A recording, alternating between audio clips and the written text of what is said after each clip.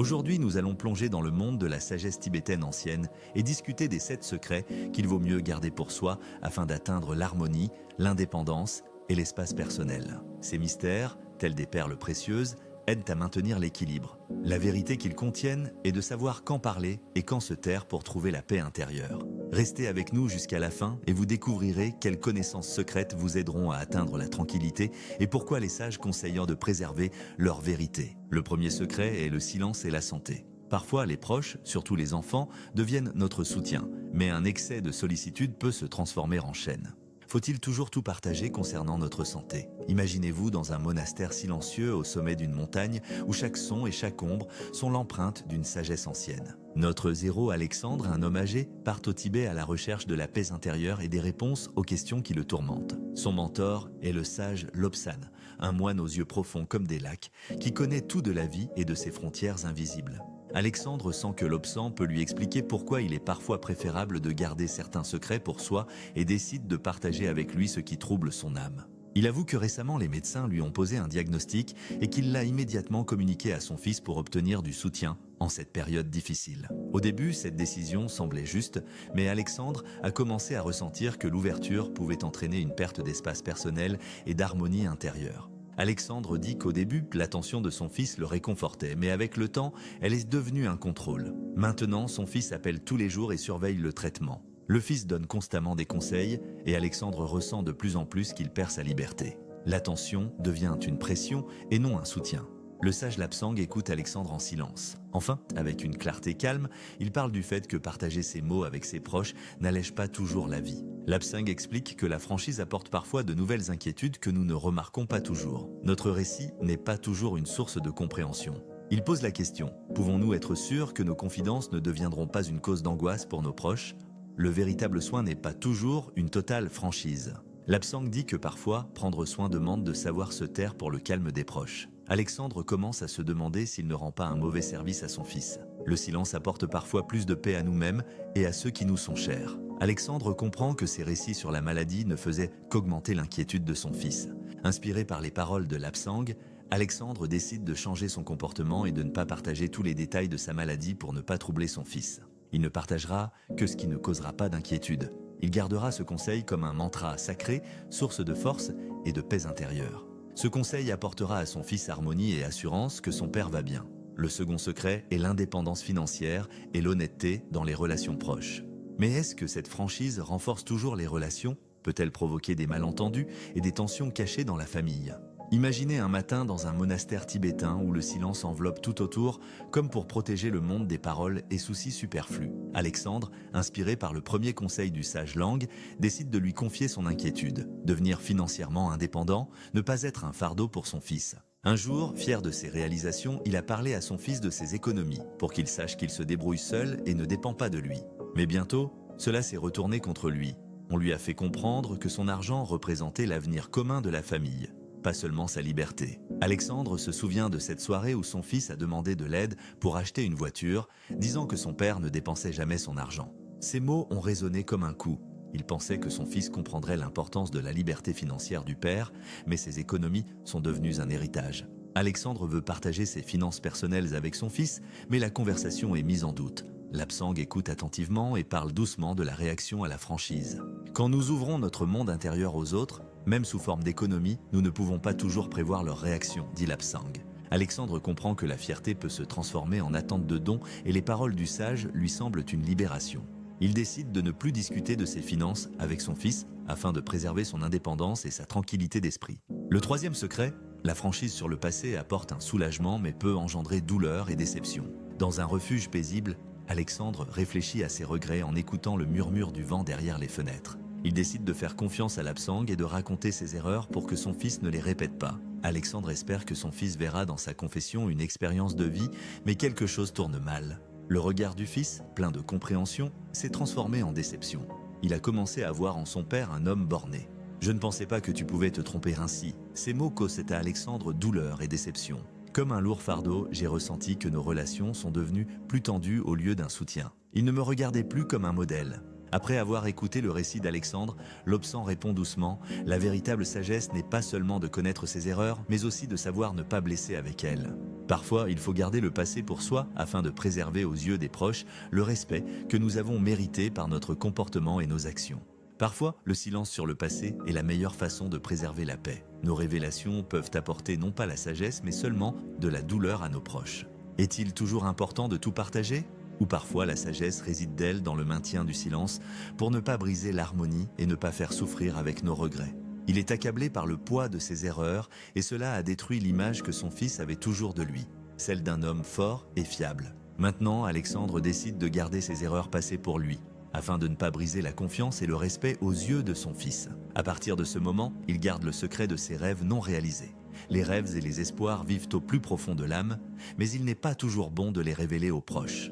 Les proches comprendront-ils notre nostalgie pour ce qui n'a pas abouti, ou ne verront-ils là que faiblesse et déception ? Cette question reste sans réponse. Assis sur une corniche rocheuse au-dessus des vallées du Tibet, Alexandre se souvient de son vieux rêve, voir l'océan, plonger dans le bruit des vagues et ressentir une liberté infinie. Alexandre espérait la compréhension et le soutien de son fils, croyant que celui-ci partagerait l'importance de son rêve, mais il n'entendit qu'une voix tremblante et des yeux baissés. Alexandre racontait son rêve à son fils avec un sourire, attendant joie et intérêt, mais son fils répondit avec retenue, rappelant les dépenses familiales et les difficultés. « Maman, tu comprends quelles sont nos dépenses en ce moment ? Ça va coûter cher », dit le fils, ajoutant qu'il vaut mieux penser à ce qui est réalisable. Les mots du fils étaient comme un vent glacial qui a éteint la lueur d'espoir d'Alexandre, car le rêve n'a suscité en lui ni chaleur ni force particulière. Alexandre sentait que son fils ne voyait rien de spécial dans son rêve, rien qui puisse réchauffer le cœur et donner de la force pour de longues années. Le sage Lapsang écoutait en silence, et le silence entre eux se remplissait d'une profonde compréhension et d'un respect pour les sentiments d'Alexandre. Enfin, Lapsang dit « Quand nous partageons nos rêves, nous ouvrons le sanctuaire de l'âme. Mais tout le monde ne verra pas en eux la lumière et la force. Parfois, les autres ne voient dans les rêves que des désirs irréalisables, alors que pour nous, ils sont le symbole de la liberté intérieure et de l'espoir. Parfois, il vaut mieux garder ses rêves pour soi afin de ne pas éteindre leur flamme en les gardant comme un secret dans son propre cœur. Alexandre sent que son rêve s'est éteint, car il n'y avait ni compréhension ni soutien, mais la sagesse enseigne à protéger le feu intérieur. À ce moment de la conversation, Alexandre comprit que les rêves sont son espace personnel et sa liberté, ne nécessitant pas l'approbation des autres. Il décida de garder le désir de voir l'océan dans son cœur. Il réalisa que les rêves personnels donnent de la force, surtout quand on ne les partage pas avec les autres.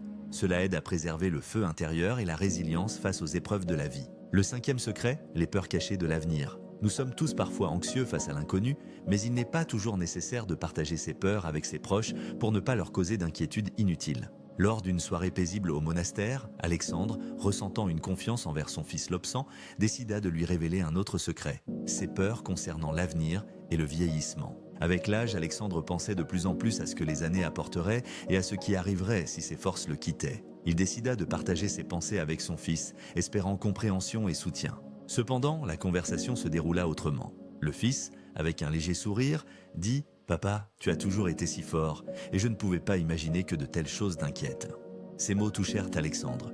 Il se souvint comment il avait essayé prudemment d'expliquer ses sentiments, mais son fils ne comprit pas la profondeur de ses tourments. Alexandre comprit que les proches ne peuvent pas toujours saisir les peurs cachées et que parfois il vaut mieux les garder pour soi afin de préserver la paix intérieure. Il décida de continuer à protéger ses rêves et ses peurs comme un espace personnel qui l'aide à avancer et à ne pas perdre espoir. Dans sa confidence, on ressent une faiblesse, non pas une profondeur ou une force. Le sage Lapsang, l'ayant écouté, parle de l'avenir comme d'ombres qui passent. Si nous ne nourrissons pas ces ombres, elles disparaissent. Nos peurs et nos espoirs nous appartiennent, mais quand nous les partageons, nous transmettons cette ombre aux autres, explique Lapsang. Le sage avertit que partager ses peurs peut engendrer chez les autres une inquiétude qu'ils ne pourront peut-être pas comprendre. Peut-être que la sagesse consiste à garder ses peurs en soi comme un rappel de sa propre vulnérabilité si elle ne suscite que de l'incompréhension. Alexandre réfléchit et comprend que sa franchise sur ses peurs n'a pas apporté de soulagement, mais l'a rendu plus vulnérable aux yeux de son fils. Il décide maintenant de garder ses inquiétudes comme une partie de son chemin personnel, les transformant en une force silencieuse qui maintient la résilience même si personne ne la voit. Les parents veulent toujours le meilleur pour leurs enfants, mais il ne faut pas toujours les diriger ni partager ses points de vue sur leur vie. Parfois, prendre soin signifie garder leurs décisions pour soi, leur permettant de choisir leur propre chemin dans la vie. Par une journée claire, lorsque le soleil enveloppe le monastère de chaleur, Alexandre trouve Lapsang et décide de discuter de ce qui le tourmente depuis longtemps. Il parle de son fils aîné, qui fait souvent des erreurs en poursuivant des objectifs inatteignables et se retrouve dans des situations difficiles. Alexandre se souvient de la soirée où il a décidé de parler à son fils. Il choisissait soigneusement ses mots, essayant d'expliquer son inquiétude et de le mettre en garde contre les erreurs du passé. « Il me semble que tu devrais réfléchir à l'avenir, choisir un chemin plus stable, dit-il, espérant compréhension et soutien de la part de son fils. Mais le fils fronça les sourcils et répondit brusquement « Papa, je n'ai plus 15 ans, je suis adulte et je sais ce dont j'ai besoin. » Ces mots étaient comme un mur entre eux. Alexandre sentit que son conseil ne les avait pas rapprochés, mais au contraire avait créé une distance. Il craignait d'avoir fait pire en essayant d'aider. Le sage Lapsang écouta Alexandre et dit doucement « Le véritable soin, c'est parfois de laisser quelqu'un suivre ses propres leçons en restant à ses côtés sans lui indiquer le chemin. » Il expliqua que l'intervention, même avec les meilleures intentions, pouvait détruire l'expérience personnelle d'autrui et ne provoquer que de la résistance. Alexandre réfléchit. Peut-être est-il parfois plus sage de laisser nos proches bêtes faire leurs propres pas, même s'ils mènent à des erreurs, afin qu'ils grandissent et apprennent. Il comprit que son désir de protéger son fils des difficultés n'avait fait qu'accentuer la tension entre eux, et qu'il fallait maintenant trouver une autre voie vers la compréhension. Il décida d'observer la vie de son fils avec compréhension, sans intervenir dans ses décisions pour préserver la paix et le respect dans leurs relations. Le 7e secret, garde ton indépendance. Avec l'âge, il est particulièrement important de préserver son espace personnel et son indépendance. Mais nos proches comprennent-ils toujours ce désir de rester autonome ? Un excès de soins peut-il nous priver de liberté ? Alexandre, inspiré par ses conseils, se souvient d'un moment qui lui cause douleur et amertume. Un jour, sa fille, avec de bonnes intentions, lui proposa de venir vivre chez elle pour être toujours proche et pouvoir l'aider. « Maman, mon mari et moi sommes prêts à t'aider, viens vivre avec nous, ce sera pratique pour tout le monde », disait-elle. Mais ces paroles laissaient en Alexandre un sentiment de perte. Il sourit, essayant de cacher son trouble intérieur. Il comprenait que sa fille voulait prendre soin de lui, mais l'idée de renoncer à sa maison, à ses habitudes et à sa liberté lui serrait le cœur. Sa maison, son petit espace, un soutien et un symbole d'indépendance. Elle ne comprenait pas que déménager le priverait d'une partie de lui-même. L'Obsang, écoutant attentivement, répond doucement « Le véritable soin ne consiste pas toujours à être présent, mais à... L'indépendance est une partie de l'âme que personne n'a le droit d'enlever, même si nous le faisons par amour. Donner à l'autre personne l'espace de rester elle-même. Garde ta liberté pour toi afin de préserver le respect de toi-même et des proches. C'est une étape importante vers des relations saines et la compréhension mutuelle. Le désir d'aider un proche peut-il être une conquête ? Faut-il partager ses désirs et son indépendance si cela risque de ne pas trouver d'écho ni de compréhension ? Les paroles de l'Obsang remplissent Alexandre de confiance. Il comprend que l'indépendance est son choix personnel et qu'en restant dans sa maison, il conserve sa force intérieure. Maintenant, Alexandre décide de remercier sa fille pour ses soins, mais de garder sa maison et sa liberté, comprenant que le vrai bonheur réside dans la possibilité de rester soi-même. Nous nous demandons, qu'est-ce qui est mieux, l'ouverture ou la capacité à garder le silence ? Chaque décision et chaque petit secret peuvent nous devenir un pont ou une frontière. Si ces histoires vous ont touché et que vous souhaitez en savoir plus sur la façon dont la sagesse aide à préserver l'harmonie dans la vie, partagez votre avis dans les commentaires. Que pensez-vous de ces secrets ? Tout partager avec ses proches ou vaut-il mieux parfois garder certaines choses pour soi ? Nous serions ravis d'entendre vos avis. Abonnez-vous à notre chaîne pour ne pas manquer les nouveaux épisodes, remplis de sagesse ancienne et de secrets de paix intérieure. De nombreuses histoires inspirantes et conseils utiles nous attendent qui vous aideront dans différents domaines de la vie. À bientôt dans la prochaine vidéo.